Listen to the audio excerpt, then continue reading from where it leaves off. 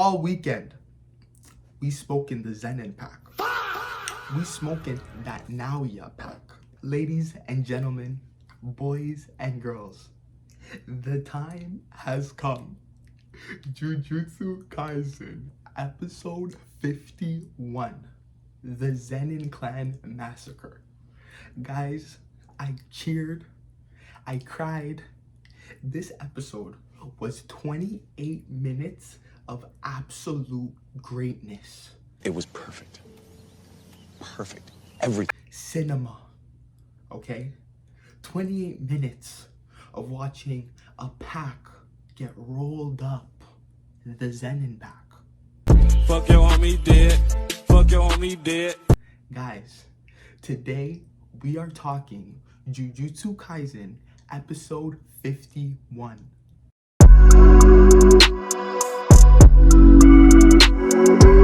Welcome back, guys. Before we get started, if you can like, share, subscribe, and comment down below what was the craziest part of this week's episode. Okay, let's jump right into it. Just like the episode, straight intro, no dilly-dallying. All right, the episode starts with the intro.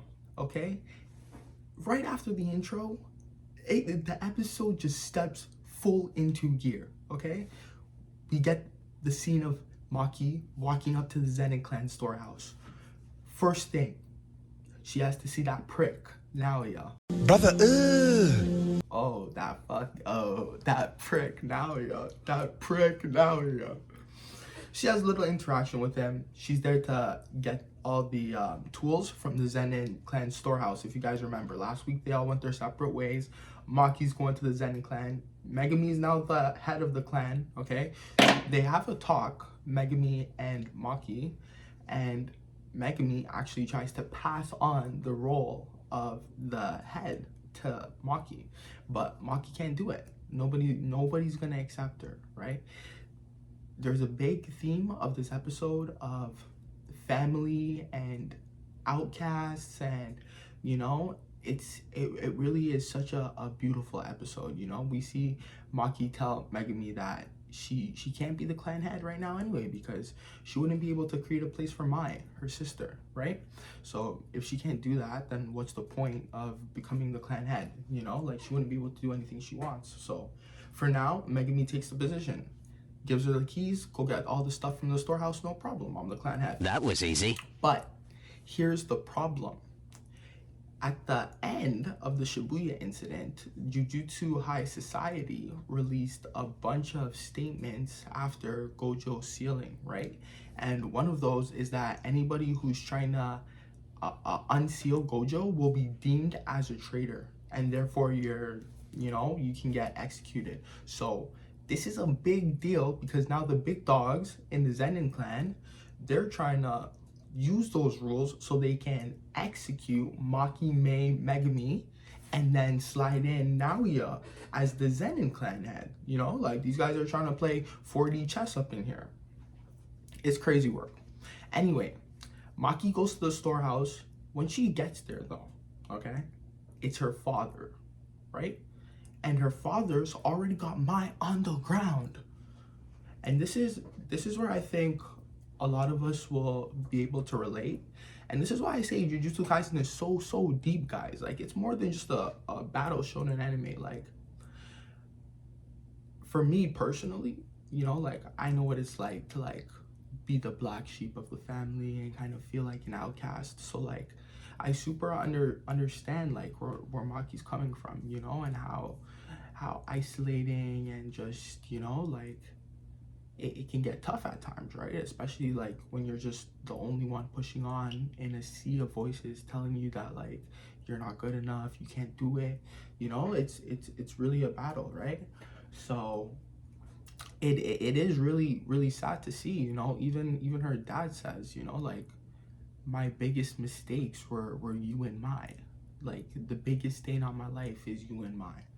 There's a point where Maki's going to the storehouse and her mom shouts at her and she's like, just make me glad, like, one time that you've been born. Just one time, make me glad. And I'm like, damn, like, Like these are like the parents, you know, like parents are supposed to uplift you and supposed to, you know, be the people that you can turn to at the end of the day, no matter what. And it's just sad to see that, you know, some parents really don't care. Some parents will put their own ambitions, their own goals, you know, ahead of everything else, you know. And we can see that in the case of Ogi, right? He didn't get the clan head, and to this day he's still mad about it. You know, he could have fostered his daughters, you know, put care into his daughters, and instead he, you know, he let that anger and jealousy poison him, and then he eventually kills his daughters, you know, like, or he attempts to. He kills Mai.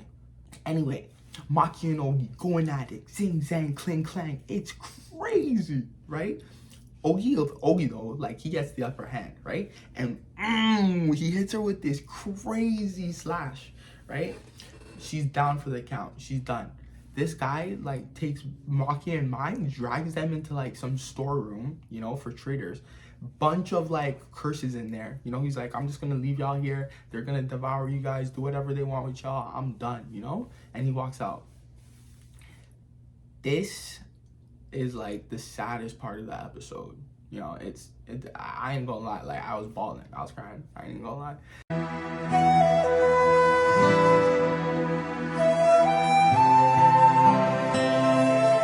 I ain't gonna lie. May, like, crawls up to Maki, you know, and then Maki wakes up on the beach, you know.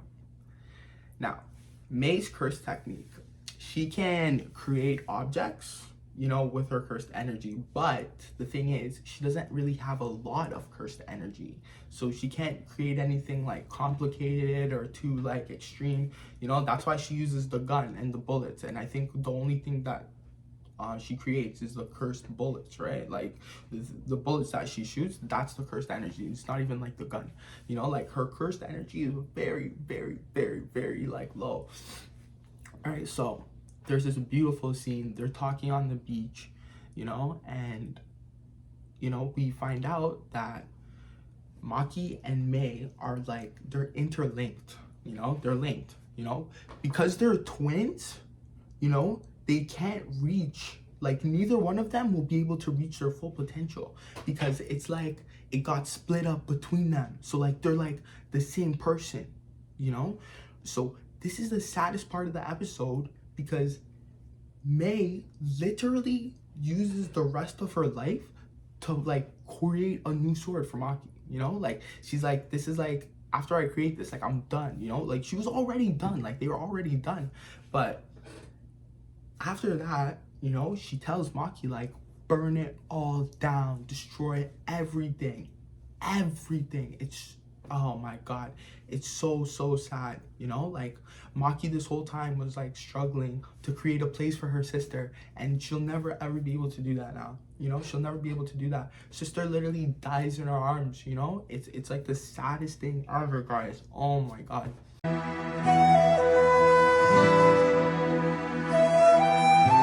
Yeah, this episode was actual pain. Like, it was so sad, guys. I'm like, oh my god, that's anyway, Maki leaves now with her new sword. Guys, this is the gripe I had. So in the manga, there's this sick panel, right, where Maki is beside Toji, right? Like, it's that scene where Ogi's like, I felt this fear before, you know, when she's coming back out. And it's Maki and Toji, like, side by side, and they're just, me mugging, you know, super grilling. They did it a little weird this episode.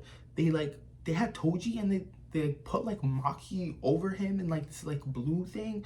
I get, like, they were trying to, like, do something different. I think they should have just done what the manga did, because I think that was better. But Maki one-shots Ogi. Guys, Ogi was dog walking her before, you know? Like, you know, he beat her in, like, two, three hits. When Maki comes out of the storeroom, guys, this guy sends out this crazy slash, you know? He's like, come at me. Guys, Maki speed blitzes the man. His head just gets cut in half We don't even see it happen. He's just standing there 1 second, and the next minute she's over there with his like the top half of his head. It's so dirty. It's so dirty. It's so dirty, guys.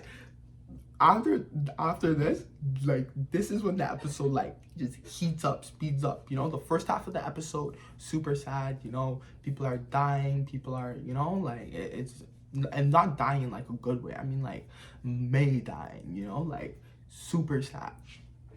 The second half of the episode, guys, Maki takes that shit to heart. She takes that burn it down to heart. And it became personal with me. Okay? She's not fucking around. Like, she is not playing. Guys, the rest of the episode is straight action. Okay? She, you know, she goes up into the middle of the clan headquarters, wherever, and all the no curse, you know, they gotta stop doing this, guys.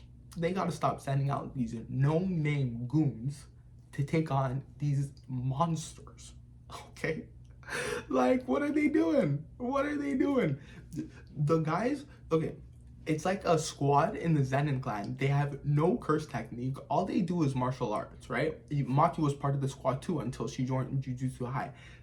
Guys, what are we doing here? She just crushed Ogi. You think any of these men stand a chance? A chance? Guys, like, this isn't even a fight. Like, she brutalizes them, bro. Like, it's crazy work.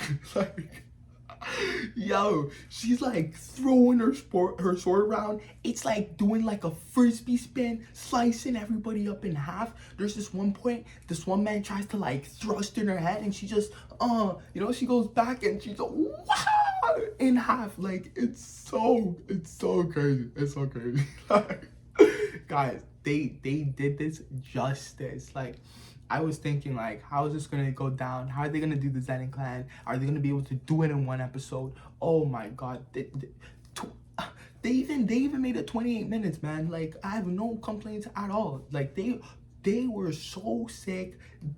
Maki was an absolute animal, beast. Like, it was so crazy. It was so crazy. It's like oh, I'm gonna be glazing this for like the next week, guys. Like, and guys, this is what I'm saying. Like, Jujutsu Kaisen season 3, it does not stop. It does not stop. From this episode on, it's straight action. It's straight action, my brothers and sisters. Straight action. It's like they're not playing. They're coming hard. They're coming hard. They're coming for Anime of the Year again, because this is ridiculous, guys. Every single week, we're here again. We're here again talking about the greatness of Jujutsu Kaisen.